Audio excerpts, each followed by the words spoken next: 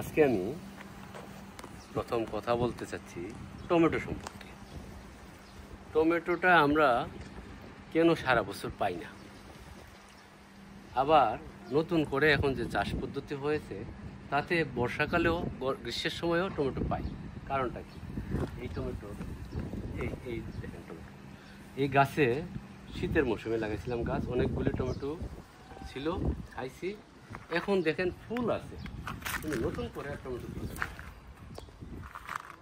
এটার কারণটা হচ্ছে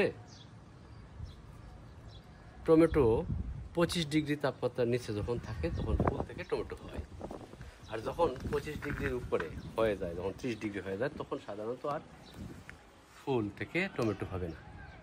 যদি টমেটো হয় তাহলে টমেটোর এক ধরনের হরমোন আছে, যেটা আবার ওই ফুলে ব্যবহার করলে টমেটো হয়। তো আমি যেটা বলতে চাচ্ছি সেটা হচ্ছে, আমরা যদি মৌসুমের ফল মৌসুমে খাই, মৌসুমের সবজি মৌসুমে খাই, তাহলে স্বাভাবিকভাবে পাবো। আর যদি মৌসুম ছাড়া খাই, তাহলে স্বাভাবিকভাবে আমরা পাবো না।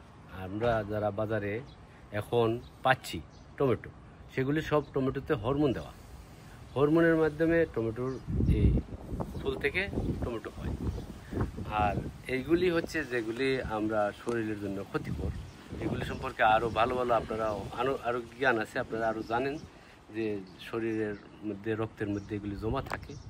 তো যেটা আমি বলতে চাচ্ছি সেটা হচ্ছে যে মৌসুমের জিনিস মৌসুমে খাবো, মৌসুমে সস্তা থাকে যেটা বাজারে গিয়ে সেটাই দেব।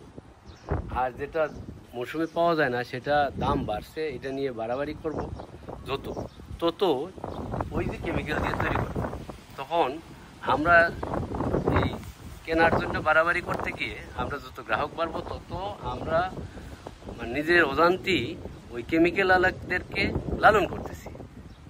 দুনিয়াতে আস্তে আস্তে কেমিক্যালের খাদ্য বাড়তেছে, এটা আমাদের কারণে। তো আমরা এগুলি বর্জন করব, আমরা মৌসুমেরটা মৌসুমে খাবো, এবং আমরা নিজের বাগানেও চেষ্টা করব না যে মৌসুম ছাড়া ফসল ফলাই। এটা হচ্ছে আমার মেসেজ আপনাদের জন্য। ভালো থাকেন, স্বাস্থ্য ভালো রাখেন।